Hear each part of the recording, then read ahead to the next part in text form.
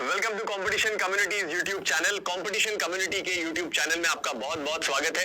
मेरा नाम है Pranjal Singh and I am the faculty of law in the competition community. और आज आप सभी स्टूडेंट्स के लिए मैं लेके आया हूं एक और वीडियो लेक्चर, और ये वीडियो लेक्चर होने जा रहा है एक नई प्लेलिस्ट की शुरुआत का।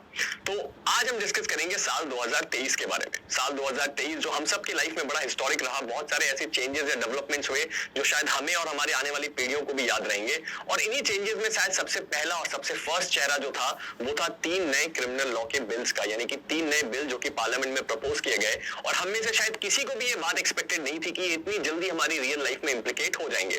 प्रेजेंट सिनेरियो की बात करूं तो आज की तारीख तक इस बिल को प्रेसिडेंट से असेंट मिल चुका है और ये केवल इंतजार कर रहा है डेट ऑफ एनैक्टमेंट का। जैसे ही वो डेट इसमें इंट्रोड्यूस कर दी जाएगी, ऑफिशियल गजेट में रिलीज होगा, हम लोगों को वेयर एक्ट टेक्स्ट बुक के फॉर्म्स में मिलना शुरू हो जाएगा बुक स्टोर में, जो कि अभी से मिलना भी शुरू हो चुका है। और उसके साथ ही साथ रियल लाइफ कोर्ट में भी ये चीजें रियल लाइफ में हम देखेंगे कैसे प्रैक्टिसेबल हो रही हैं।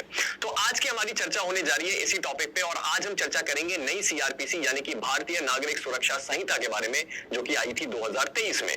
ये कैसे आई, क्या हुआ इसमें, क्या चेंजेस हैं, क्या की फीचर्स हैं, इसके बारे में डिस्कशन होगा। और साथ ही साथ जैसा मैंने आपको बताया था कि ये वीडियो है एक नई प्लेलिस्ट की शुरुआत, तो इसीलिए इस प्लेलिस्ट में हम भारतीय नागरिक सुरक्षा संहिता 2023 को पढ़ के खत्म कर देंगे। आज उसका एक इंट्रोडक्शन वीडियो है, अगले वीडियो से आपको मिलना शुरू हो जाएगा सेक्शन वाइज वीडियोस। आज हम सेक्शन 1 को डील करने वाले हैं बाय द वे।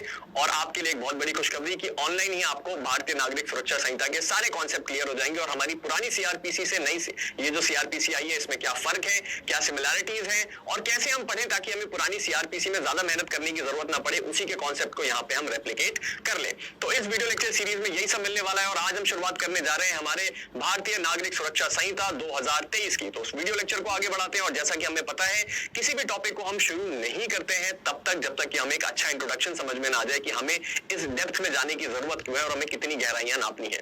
तो सबसे पहले एक इंट्रोडक्शन को देखने की कोशिश करते हैं। 3 बिल्स जैसा कि मैंने आपको बताया था were introduced in the Lok Sabha जो कि lower house of the parliament है, that sought to repeal and replace the Indian penal code. जो कौन से 3 एक्ट है एग्जिस्टिंग जिनको वो रिप्लेस करने की कोशिश कर रहा था। सबसे पहला सर इंडियन पीनल कोड 1860, जो कि ये बताता है कि कितनी सजा किस अपराध के लिए मिलेगी, क्रिमिनल लॉ है। उसके बाद आता है कोड ऑफ क्रिमिनल प्रोसीजर, ये क्या बताता है कि इंडियन पीनल कोड में जो सजाएं दी हुई हैं उनको किस तरीके से दिया जाएगा, कोर्ट किस तरह काम करेंगे, एफआईआर कैसे होगा, इन्वेस्टिगेशन कैसे होगा। वो था आपका सीआरपीसी। और उसके साथ ही साथ था इंडियन एविडेंस एक्ट, जो कि एविडेंसेस से रिलेटेड सारे रूल्स एंड रेगुलेशंस को डील करता था। वो अपने आप में एक एक्ट था। तो ये 3 एक्ट, अब जरा इसकी डेप्थ को समझने की अगर आपको कोशिश करनी है तो आप जरा ईयर्स को देखिए। ये एक्ट था 1860 का, हम अभी आ गए हैं 21st सेंचुरी में, ये 18th सेंचुरी का एक्ट था। उसके बाद आता है कोड ऑफ क्रिमिनल प्रोसीजर 1973। ये देखने में आपको लग रहा है कि ये बड़ा नया लॉ है, ये तो 1970 में ही आया था, लेकिन ऐसा नहीं है, क्योंकि 1970 में ये इंट्रोड्यूस नहीं हुआ था, अमेंड हुआ था। मेजर अमेंडमेंट इसमें किए गए थे। ये एक्ट ये भी 18th सेंचुरी का है, बाद में चेंजेस कर करके मेजर अमेंडमेंट्स ला के इसको 1973 का जो एक्ट है वो हम अभी पढ़ रहे हैं। और इंडियन एविडेंस एक्ट है 1872 का, ये भी 18th सेंचुरी का एक्ट है। पहला जो रीजन है ये नए बिल्स को लाने का वो यही है क्योंकि इसको कहा जाता था कि ये ब्रिटिश ईरा का लॉज है, इनको बदलना जरूरी है, क्योंकि इन एक्ट को ड्राफ्ट किया गया था इस तरीके से ताकि ब्रिटिशर्स क्या कर सकें, इंडियंस पे रूल कर सकें, हमें डोमिनेट कर सकें और हमारे बीच में डिफरेंसेस क्रिएट कर सकें, ताकि उनकी जो आपकी मोनोपोली है वो बनी रहे। और अब हम रहते हैं एक डेमोक्रेटिक सोसाइटी में और हमारे बीच में मोनोपोली की कोई जगह नहीं है। इसी इंटेंशन के साथ सरकार लेके आई 3 नए बिल। रिप्लेस कैसे हुआ, इंडियन पीनल कोड को सरकार ने रिप्लेस किया भारतीय न्याय संहिता एक्ट 2023, सब में साल मिलेगा आपको 2023। सीआरपीसी क्रिमिनल प्रोसीजर कोड 1973 को सरकार ने रिप्लेस किया भारतीय नागरिक सुरक्षा संहिता 2023। इसको आज हम पढ़ने वाले हैं, हमारा आज का टॉपिक, और ये प्लेलिस्ट की शुरुआत इसी के बारे में है। उसके बाद इंडियन एविडेंस एक्ट 1872 को इन्होंने रिप्लेस किया भारतीय साक्ष्य अधिनियम 2023। अब आपको एक बात और यहाँ पे बड़ी इंटरेस्टिंग दिख रही होगी कि वहां पे था इंडियन और यहाँ पे था क्रिमिनल प्रोसीजर कोड। यहाँ पे आपको हर जगह मिलेगा भारतीय, जो कि एक बीच में कंट्रोवर्सी साल 2023 की ये भी थी कि क्या इंडिया का नाम बदल के भारत होने वाला है। और फिर हम लोगों ने आपको बताया था कि आर्टिकल 1 में लिखा है इंडिया दैट इज भारत, दोनों हमारे देश के नाम है इंडिया और भारत, और हमारे जो पासपोर्ट है उसमें भी ये नाम मिल जाते हैं। तो अब आपको एक बात समझ में आ रही होगी कि सरकार का बड़ा क्लियर इंटेंशन है कि अब वो आगे बढ़ेगी तो भारतीय नाम से बढ़ेगी, जिसमें किसी भी प्रकार की कोई बुराई नहीं है। तो इंट्रोडक्शन तो हमें समझ में आ गया सर। इंट्रोडक्शन ने हमें क्या बताया था, इंट्रोडक्शन ने हमें ये बताया कि सर वो 3 एक्ट कौन से थे पुराने वाले, वो कितने पुराने थे, और जो नए एक्ट आ रहे हैं वो कौन से और उनका नाम क्या है। तो आपके दिमाग में नाम सबसे पहले क्लियर रहना चाहिए, क्योंकि तीनों भारतीय से शुरू हो रहे हैं, इसलिए आपको कंफ्यूज होने की जरूरत बिल्कुल भी नहीं है। नागरिक सुरक्षा संहिता जिसके बारे में हम डील करने वाले हैं, जो कि कौन है, हम लोग हैं नागरिक, और हमारी सुरक्षा को लेकर वो अधिनियम बना है, और वो है हमारा नया सीआरपीसी। चलिए, अब जरा मैं इसमें घुसने से पहले जरा मैं आपको कुछ क्लियर आउट करना चाहता हूं कि प्रोसीजरल और सब्सटैंटिव लॉ में फर्क क्या होता है। अब सर आप एकदम से कौन से टॉपिक को ले आए? इस टॉपिक को लाने की जरूरत इसलिए है क्योंकि आपको पहले ये बात समझ में आनी चाहिए कि आईपीसी और सीआरपीसी में फर्क क्या है, कौन सा लॉ प्रोसीजरल लॉ है, कौन सा लॉ सब्सटैंटिव लॉ है। तब आप नई सीआरपीसी या जिसको कह सकते हैं बीएनएसएस जो हमारा नया एक्ट है उसके अंदर आप घुस पाएंगे। तो सबसे पहले जरा कॉन्सेप्ट को समझने की कोशिश करिए। प्रोसीजरल लॉ वो लॉ होता है जो कि हाउ ऑफ लॉ, हाउ को डील करता है, और जो व्हाट है ना वो डील करता है सब्सटैंटिव लॉ। एग्जांपल से बताता हूं, सब्सटैंटिव लॉ एक सॉलिड फॉर्मेट ऑफ लॉ है जो कि क्या बताता है कि अगर आपने ऐसा कोई काम किया तो वो आप एक अपराधी माने जाएंगे, वो कहलाएगा सब्सटैंटिव लॉ। वो लॉ जो बता रहा है कि आपका ये काम एक अपराध है। और प्रोसीजरल लॉ कौन सा है? प्रोसीजरल लॉ सब्सटैंटिव लॉ का एक अल्टरनेट पार्ट है जो ये बताने की कोशिश करता है कि अगर आपने सब्सटैंटिव लॉ के तहत बताए गए किसी अपराध को किया तो उस अपराध के तहत आपको किसी अपराध को किया तो उस अपराध के तहत आपको आखिरी तक सजा तक पहुंचाने के लिए या आपको बाइज्जत बरी करने के लिए प्रोसीजर क्या फॉलो किया जाएगा। ये सब्सटैंटिव लॉ और प्रोसीजरल लॉ में फर्क है। ये क्या कह रहा है? ये lays down the ways and means by which substantive law can be enforce. ये जो प्रोसीजरल लॉ है ये एक क्या है? सब्स्टिट्यूट है सब्सटैंटिव लॉ का। प्रोसीजरल लॉ जो कि आपको क्या बताता है, वो तरीके बताता है कि किस तरीके से जो सब्सटैंटिव लॉ है उसको इन्फोर्स किया जाए। और सब्सटैंटिव लॉ क्या है? सब्सटैंटिव लॉ वो लॉ है जो ये बताता है कि कौन कौन सी चीजें सही होंगी, कौन कौन सी चीजें गलत होंगी। ये आपको अपने दिमाग में कॉन्सेप्ट हमेशा क्लियर रखना है। प्रोसीजरल लॉ का एग्जांपल क्या है सर? आज जो हम पढ़ने वाले हैं नई सीआरपीसी, पिछली सीआरपीसी है, और सब्सटैंटिव लॉ का क्या है? आईपीसी। जैसे कि आपने देखा होगा आईपीसी में जिक्र है मर्डर का, कल्पेबल होमिसाइड 299 में उसने बताया कि कल्पेबल होमिसाइड कब माना जाएगा और अगर आपने कल्पेबल होमिसाइड किया तो उसके लिए सजा कितनी होगी। लेकिन सीआरपीसी ये बताता है कि अगर किसी इंसान ने कल्पेबल होमिसाइड कर दिया तो उसकी एफआईआर कैसे होगी, उसकी इन्वेस्टिगेशन कैसे होगी, सर उसको आप अरेस्ट कैसे करेंगे, उसको बेल कैसे देंगे, उसका ट्रायल कौन से कोर्ट में चलेगा, वो न्यायाधीश क्या क्या उसको जो फैसिलिटीज है वो प्रोवाइड कर सकता है, उसको कितने दिन आप कस्टडी में रखेंगे और आखिरी में उसको सजा कैसे मिलेगी और कौन सी सजा मिल सकती है, ये सारी जिक्र हुआ है सीआरपीसी में। तो आज हम जिस प्लेलिस्ट को शुरू करने जा रहे हैं और आज जो हमारा पहला वीडियो लेक्चर है जो कि है भारतीय नागरिक सुरक्षा संहिता के बारे में, जो कि हमारी नई सीआरपीसी है, वो एक प्रोसीजरल लॉ है। तो हम इसमें जो डील करने वाले इस प्लेलिस्ट में हम सारे प्रोसीजर्स के बारे में डील करेंगे। ठीक है सर, आगे बढ़ते हैं। ये कॉन्सेप्ट भी हमारे दिमाग में क्लियर है। अब मेरे पीछे आपको दिख रही है एक बड़ी हिस्टोरिक फोटो, ये हमारे ऑनरेबल होम मिनिस्टर है हमारी कंट्री के। सर के बारे में आपको क्या जानना है? ये फोटो मैंने कहीं रैंडम डाउनलोड नहीं है, ये फोटो तभी की है जब जो हमारे ऑनरेबल होम मिनिस्टर है उन्होंने कुछ हमारी नई सीआरपीसी के बारे में बता रहे थे। ये उसी वक्त है, ये पार्लियामेंट की फोटो है, जैसा कि आप लोग देख सकते हैं। इस फोटो मैंने यहाँ पे क्यों लगाई? फोटो सर मैंने इसलिए लगाई ताकि आपके दिमाग में रेलेवेंस एकदम क्लियर आउट बैठ जाए कि हाँ हम किस बारे में चर्चा कर रहे हैं और आपके दिमाग में एक मेमोरी स्टोर हो जाए। तो पार्लियामेंट में ये चीजें इंट्रोड्यूस हुई, जैसा कि अभी पता है रिसेंट में क्या चल रहा है, हिट एंड रन केस को लेकर 3 दिन तक इन लोगों ने प्रोटेस्ट किया था, जितने भी ट्रक और बस ड्राइवर्स थे। तो ये सारी चीजें होती रहती है क्योंकि नया लॉ आया है, लोगों को प्रॉब्लम है। इसमें मेरा क्या ओपिनियन है, आपका क्या ओपिनियन है, ये वीडियो लेक्चर उसको डिस्कस करने के लिए सही पार्ट नहीं है। जब हम उस प्रोविजन पे पहुंचेंगे तो उसके बारे में इन डेप्थ डिस्कशन करेंगे। ठीक है सर, अब जरा आप लोगों को पता होना चाहिए कि टाइमलाइन क्या कहती है। टाइमलाइन से मेरा मतलब क्या है? टाइमलाइन से मेरा मतलब है कि कौन से समय क्या हुआ, 2023 में कौन कौन सी ऐसी घटनाएं हुई कि आज हमारे हाथ में सीआरपीसी की नई वेयर एक्ट आ गई। सर वो कौन सी ऐसी सुबह थी, हम किसका मुंह देख के उठे थे, किसका मुंह देख के सोए थे कि हमारी जिंदगी में ऐसी तबाही मची कि हमने 2 दिन पहले ही तो सीआरपीसी पढ़ के रट के खत्म करी थी, अब एकदम से नहीं आ गई है। तो जरा तारीखों पर ध्यान डालते हैं। 11 अगस्त 2023 यानी कि 11 अगस्त 2023 ज्यादा पुरानी बात नहीं है।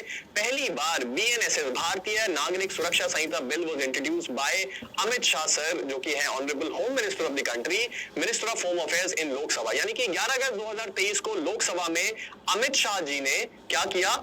ये जो सीआरपीसी था और उसके साथ साथ बाकी के एक्ट्स को इंट्रोड्यूस किया। तारीख याद रखिएगा 11 अगस्त। उसके बाद क्या हुआ सर? उसके बाद आगे बढ़ते हैं। फिर बात आती है 12 दिसंबर 2023 की। ये अगस्त के बाद हम सीधे दिसंबर में कैसे आए? मैं बहुत ज्यादा तारीखें आपके लिए लेके नहीं आना चाहता था, जो मेजर डेट्स आपको पता होने चाहिए, बीच में इवेंट्स क्या हुए वो मैं आपको बता देता हूँ। तो 12 दिसंबर 2023 को ये जो बिल आया था जिसको पार्लियामेंट में इंट्रोड्यूस किया गया था, ये क्या कर दिया गया? विड्रॉ कर दिया गया। विड्रॉ मतलब वापस ले लिया गया। अब यहाँ से लोगों को लगा कि अब इसको वापस ले लिया गया है तो इसका मतलब है अब आने में साल भर और लगेगा, बहुत सारे चेंजेस होंगे। इन दोनों डेट्स के बीच में क्या हुआ था? इन दोनों डेट्स के बीच में एक स्टैंडिंग कमेटी थी पार्लियामेंट की जो कि फॉर्म करी गई थी। इसमें 30+ मेंबर्स थे।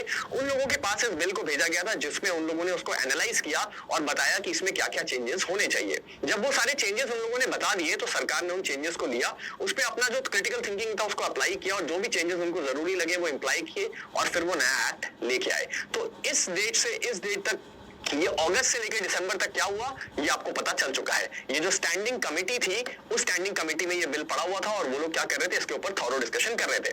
उसके बाद 12 दिसंबर 2023 को इसको वापस लिया गया और 12 दिसंबर 2023 को ही भारतीय नागरिक सुरक्षा सेकंड संहिता बिल इंट्रोड्यूस कर दिया गया लोकसभा में। यानी कि जो चेंजेस स्टैंडिंग कमेटी ने बताए थे उस चेंजेस को इंप्लाई किया, जितना भी उनको जरूरी लगा, पुराने वाले को वापस लिया और नए वाले को तुरंत उसी दिन क्या किया, बिल इंट्रोड्यूस कर दिया गया। ठीक है सर।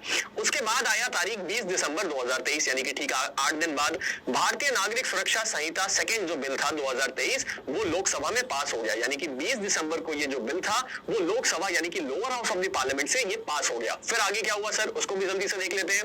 फिर डेट आती है 21 दिसंबर 2023 की, यानी कि उसके ठीक अगले दिन उसके बाद ये राज्यसभा में भी पास हो गया सर। उसके अगले दिन ये राज्यसभा यानी कि upper house of the parliament से भी बिना किसी ऑब्जेक्शन के सीधे सीधे पास हो गया, क्योंकि स्टैंडिंग कमेटी ने अपने जो भी रिकमेंडेशंस थे वो दे दिए थे। अब इसमें कितना डिस्कशन हुआ, वो होना सही था कि गलत, इस बारे में मेरा कोई ओपिनियन देना सही नहीं है और इस बारे में आपको भी अभी सोचने की कोई जरूरत नहीं है, क्योंकि फिलहाल आपका प्राइम फोकस ये होना चाहिए क्योंकि ये जो नया एक्ट है जिसको आना जरूरी था वो हमारी रियल लाइफ में इंप्लीकेट कैसे हो रहा है। उसके बाद आता है 25 दिसंबर यानी कि ठीक 4 दिन बाद यानी कि क्रिसमस का दिन। बिलेटेड मेरी क्रिसमस टू एवरीवन। उस दिन क्या हुआ, प्रेसिडेंट का असेंट, जैसा कि आपको पता है कोई भी एक्ट एनफोर्सेबल तब हो पाता है जब उसमें प्रेसिडेंट का असेंट मिल जाए, और 25 दिसंबर 2023 को प्रेसिडेंट का असेंट भी मिल गया इस एक्ट को। तो सबको ऐसा लगा कि शायद 1 जनवरी न्यू ईयर से ही हमारे हाथ में एक नई बेयर एक्ट होगी, लेकिन अभी तक डेट ऑफ एनफोर्समेंट जो है वो सरकार ने डिक्लेयर नहीं करी है। सेक्शन नंबर 1 भारतीय नागरिक सुरक्षा संहिता का हमें ये बताता है, उसका क्लॉज 2 या क्लॉज 3 कि सर जो भी सेंट्रल गवर्नमेंट डेट डिसाइड करेगी उस डेट से वो एनफोर्स होगा। ठीक है सर, उसको हम बाद में डिस्कस करेंगे। अभी हम आगे बढ़ जाते हैं। एक तारीख मैंने यहाँ हाईलाइट करके रखी है, वो है नवंबर 10 2023। जैसा कि मैंने आपको बताया था अगस्त से दिसंबर तक क्या चला, तो बीच में देखिए स्टैंडिंग कमेटी ने अपनी रिपोर्ट को सबमिट किया था नवंबर 10 2023 को। ये कुछ डेट थी जो आपको एक टाइमलाइन क्रिएट करेंगे कि हाँ यार 2023 में अगर मुझसे मेरे बच्चे पूछेंगे कि ये नया एक्ट कैसे आया था, तो मैं बता पाऊंगा कि इस तारीख से इस तारीख तक ऐसा कुछ कुछ हुआ था, अगस्त से माहौल शुरू हुआ था बनना और आज हमारे पास ये नया एक्ट है। ठीक है सर, टाइमलाइन हमारे दिमाग में क्लियर है। अब जो भारतीय नागरिक सुरक्षा संहिता है उसके कुछ हाइलाइट्स को देख लेते हैं। कहते हैं ना कि अगर आप पहले कभी किसी समुद्र में या किसी पानी की बॉडी में पहली बार तैरने उतर रहे हैं तो पहले उसकी गहराई, उसकी लंबाई, उसकी चौड़ाई को नाप लेना चाहिए ताकि आप सही सलामत तैर के उससे बाहर निकल जाए। तो इसलिए इस एक्ट में, इस वीडियो लेक्चर सीरीज में घुसने से पहले हमें यह जरूर पता होना चाहिए कि हम कितनी गहराई में जा रहे हैं, इस एक्ट में कितने बदलाव हुए हैं और एक्चुअल में हमें कितनी दिक्कतों का सामना करना पड़ सकता है। तो चर्चा हो रही है भारतीय नागरिक सुरक्षा संहिता, जिसको मैं बार बार आपको क्या कह रहा हूं, न्यू सीआरपीसी, ताकि जो बच्चा बीच से वीडियो लेक्चर को फॉरवर्ड करके देखते हैं उनको एकदम से हार्ट अटैक ना आ जाए कि ये भारतीय नागरिक सुरक्षा संहिता क्या है, हमें तो नहीं पता था। तो उनके लिए है टोटल नंबर ऑफ सेक्शंस इसमें कितने हैं, 531 सेक्शंस बड़े हैं। 531 सेक्शंस हो गए हैं टोटल इस वक्त जो नई सीआरपीसी है उसमें, जिसमें से 177 सेक्शंस को क्या किया गया है, रिवाइज किया गया है। अब आप समझने की कोशिश करिए, आपको कई लोग ये बात बताएंगे कि जो पुरानी सीआरपीसी थी उससे नई सीआरपीसी में बहुत ज्यादा चेंजेस नहीं है। बात सही है, बहुत ज्यादा चेंजेस नहीं है, लेकिन उसके बावजूद 177 सेक्शंस को रिवाइज किया गया है, यानी कि उसमें कुछ थोड़े बहुत हल्के फुल्के चेंजेस तो हुए ही हुए हैं, कुछ चीजों को हटाया गया है, कुछ चीजों को जोड़ा गया है। इसका मतलब 177 सेक्शंस ऐसे हैं जिनको आपको नया तरीके से याद करना पड़ेगा कॉन्सेप्ट के फॉर्म में। सीरियल नंबर सभी सेक्शंस का बदल गया है तो आपको सीरियल नंबर तो स्क्रैच से याद करना है, लेकिन कॉन्सेप्ट के फॉर्म में 177 सेक्शंस को देखना पड़ेगा। उसके बाद सर न्यू सेक्शंस कितने हैं, 9 नए सेक्शंस को ऐड किया गया है। ये भी बड़ी इंटरेस्टिंग बात है सर, नए 9 सेक्शंस आए हैं और उसके साथ ही साथ 14 सेक्शंस को क्या कर दिया गया, रिपील कर दिया गया। यानी कि 9 ऐसे सेक्शन है जो आपको पिछली सीआरपीसी में इनके बारे में सुनने को भी नहीं मिला था, और 14 ऐसे सेक्शंस हैं जो आपकी पुरानी सीआरपीसी में तो थे, यहाँ पे कोई चेंजेस ही नहीं, वो है ही नहीं। यानी कि चेंजेस तो दूर की बात है, उनको एज इट इज हटा दिया गया है। तो ये हमें पता होना चाहिए। Total number of sections 531, 177 section में चेंजेस है और 14 सेक्शंस को हटा के नए 9 सेक्शंस को ऐड किया गया है। अब मेजर चेंजेस क्या क्या है सर, जरा सीआरपीसी के बारे में वो भी देख लेते हैं। एक बार जरा मुआयना कर लेते हैं इस वाटर बॉडी का, इस गहराई का, कि दूर दूर से पत्थर फेंकने में कितनी आवाजें आके समझ में आ रहा है कि कितना गहरा जाएगा। चलिए जरा आइडिया लेते हैं कि क्या क्या चेंजेस है। सबसे पहला क्या है भाई, metropolitan magistrate. Section number 8 sir, section number 8 CrPC का हमें बताता था कि किसी भी एरिया जहां की पॉपुलेशन 1 मिलियन यानी कि 10 लाख से ज्यादा होगी तो उस एरिया को क्या कहा जाएगा, मेट्रोपॉलिटन एरिया। और फिर हमें आगे के सेक्शन से बताते थे कि मेट्रोपॉलिटन एरिया में कौन बैठेंगे, मेट्रोपॉलिटन मजिस्ट्रेट, जुडिशियल मजिस्ट्रेट नहीं। कई लोग इसमें डाउट पूछते थे मुझसे क्लास में कि सर ऐसा डिफरेंशिएशन करने का पॉइंट क्या है, नाम ही तो बदला है, फंक्शन तो सेम है। तो उनको मैं बहुत सारी चीजें समझाता था, लेकिन अभी मुझे वो मेहनत करने की जरूरत नहीं पड़ेगी, क्योंकि चाहे अब वो एरिया की पॉपुलेशन 1 मिलियन हो या ना हो, 1 मिलियन से ज्यादा हो या कम हो, वहां पे जो बैठेंगे वो लोग वो क्या होंगे, जुडिशियल मजिस्ट्रेट ही होंगे। और मेट्रोपॉलिटन एरिया का क्लॉज अब यहाँ नई सीआरपीसी से हटा दिया गया है। तो पॉइंट नंबर 1 हमें क्लियर है, इलेक्ट्रॉनिक मोड। अब जैसा कि हमें पता है कि हम 21st सेंचुरी में रह रहे हैं, अब हर चीज यानी कि टेक्स्ट मैसेजिंग, हर चीज एक बहुत ही क्विक हो चुकी है और इलेक्ट्रॉनिक मोड और मीडियम से हो चुकी है। तो इसीलिए अब इलेक्ट्रॉनिक मीडियम को बहुत लार्ज स्केल में इंप्लीकेट किया गया है। कहां पे सर, नई भारतीय नागरिक सुरक्षा संहिता यानी कि नई सीआरपीसी में सेक्शन नंबर 2 डेफिनेशन क्लॉज की पहली डेफिनेशन ही कुछ इलेक्ट्रॉनिक से रिलेटेड आएगी। आपको थोड़ा सा हिंट है, अगर आप चाहें तो जाके उसको घर पे पढ़ सकते हैं। अब इलेक्ट्रॉनिक मोड में क्या हुआ है सर, समन इशू करना, एफआईआर एक्सेट्रा, जिसका जिक्र नीचे भी है, वो क्या है, इलेक्ट्रॉनिक फॉर्म में होने लग गया। यानी कि इलेक्ट्रॉनिकली बहुत सारे प्रोसीजर्स को क्या किया जाएगा, इंट्रोड्यूस किया जाएगा हमारी नई सीआरपीसी में। पॉइंट नंबर 3 हमें क्या बता रहा है, एफआईआर जो कि एक सीआरपीसी का बड़ा इंपॉर्टेंट पार्ट था, सेक्शन नंबर 154 में है क्या, ये आप मुझे बता सकते हैं। तो एफआईआर जो था वो उसमें क्या किया गया, चेंजेस किए गए। जैसा कि मैं क्लास में कई बच्चों से पूछता था कि एफआईआर कितने तरीके की हो सकती है, तो बच्चे कई बार कंफ्यूज होते थे। मैं आपको ये बताना चाहता हूं कि जीरो एफआईआर एक केस के थ्रू हम पढ़ते थे कि एक जीरो एफआईआर का क्लॉज होता है। आप में से जो लोग नहीं जानते जीरो एफआईआर क्या होता है, एफआईआर आप रजिस्टर कर सकते हैं उस जगह पे जो आपके जहां पे हैपनिंग हुई है, उस एरिया के जो जुरिसडिक्शन का पुलिस स्टेशन है वहां पे एफआईआर रजिस्टर होगी। लेकिन जीरो एफआईआर का क्लॉज ये कहता है कि अगर आपके साथ कोई भी गलत काम हुआ है तो आप पूरे हिंदुस्तान के किसी भी कोने में जाके किसी भी पुलिस थाने में क्या करेंगे, जीरो एफआईआर आप जाके वहां पे लिखित करवाएंगे और वो थाने का काम होगा कि आपके लोकल थाने में वो क्या कर दे, एफआईआर लिख के भेज दे। तो जीरो एफआईआर के कुछ एक्सप्रेस प्रोविजंस आ गए नई सीआरपीसी में। उसके साथ ही साथ ई एफआईआर, अगर आप हमारे वीडियोस को रेगुलरली फॉलो कर रहे हैं तो हमने वीकली लाइव में आपको बताया था कि लॉ कमीशन की 282nd रिपोर्ट जो आई थी, 282nd जो रिपोर्ट थी लॉ कमीशन ऑफ इंडिया की, जिसको जस्टिस अवस्थी है, उन्होंने उस रिपोर्ट को निकाला था और उन्होंने बताया था कि इलेक्ट्रॉनिक फॉर्म में भी एफआईआर होनी चाहिए। 8 ऐसे स्टेट से जहां पे अभी इलेक्ट्रॉनिक एफआईआर का काम शुरू हो चुका है, वो कौन से, अगर आपको पता है तो आप हमें नीचे कमेंट सेक्शन में बता सकते हैं। तो उनके बारे में भी जिक्र है कि ईएफआईआर के क्या प्रोसेस रहेंगे और किस तरीके से ईएफआईआर को इंट्रोड्यूस करना है। आगे बढ़ते हैं सर, और क्या चेंजेस है हमारे पास, टाइमलाइन फॉर प्रोसीजर, यानी कि कई सारे टाइमलाइन दे दिए गए हैं अलग अलग प्रोसीजर के। जैसे कि अगर आपका जो कंक्लूड हो चुका है हियरिंग, यानी कि कोर्ट में जाने के बाद दोनों के साइड को सुन लिया गया है, तो उसमें कुछ टाइम दे दिया गया है कि इतने दिनों के अंदर जजमेंट देना कंपलसरी होगा। इस तरह के नए टाइमलाइंस इंट्रोड्यूस किए गए हैं। 5वां पॉइंट क्या कहता है, community service as a punishment. ये क्या बता रहा है, ये आपको ये बता रहा है कि कम्युनिटी सर्विस, यानी कि अगर किसी इंसान ने कोई छोटा मोटा अपराध किया है और आप उसको कहीं जेल भेजने की जगह कोई कम्युनिटी सर्विस उसके ऊपर इंपोज कर दीजिए कि उसको ये काम करना पड़ेगा कि 500 लोगों को पानी पिलाना पड़ेगा या इतने लोगों में कंबल बांटने पड़ेंगे, वो भी as a form of punishment add हो चुका है। उसके साथ ही साथ आता है फॉरेंसिक इन्वेस्टिगेशन। अब ये क्या कह रहा है कि कोई भी ऐसे अपराध जिनका अपराध का ड्यूरेशन, यानी कोई भी ऐसा ऑफेंस जिसमें उसकी सजा जो है 7 साल से ज्यादा की बनती है, इस तरह का है, मैं एग्जैक्टली कोट नहीं कर रहा हूं, उसमें फॉरेंसिक इन्वेस्टिगेशन क्या हो जाएगी, कंपलसरी हो जाएगी। इस तरह के क्लॉजेस भी ऐड हो गए हैं। और क्या चेंजेस है सर, अंडर ट्रायल्स का डिटेंशन। अब यहाँ पे क्या बोल रहा है सर कि अगर कोई अंडर ट्रायल बार बार अपराध करता है या कुछ स्पेसिफिक क्लॉजेस में अपराध करता है तो उसको डिटेन और भी ज्यादा लंबे समय तक के लिए किया जा सकता है। उसमें भी कई सारे नए क्लॉजेस को ऐड किया गया है।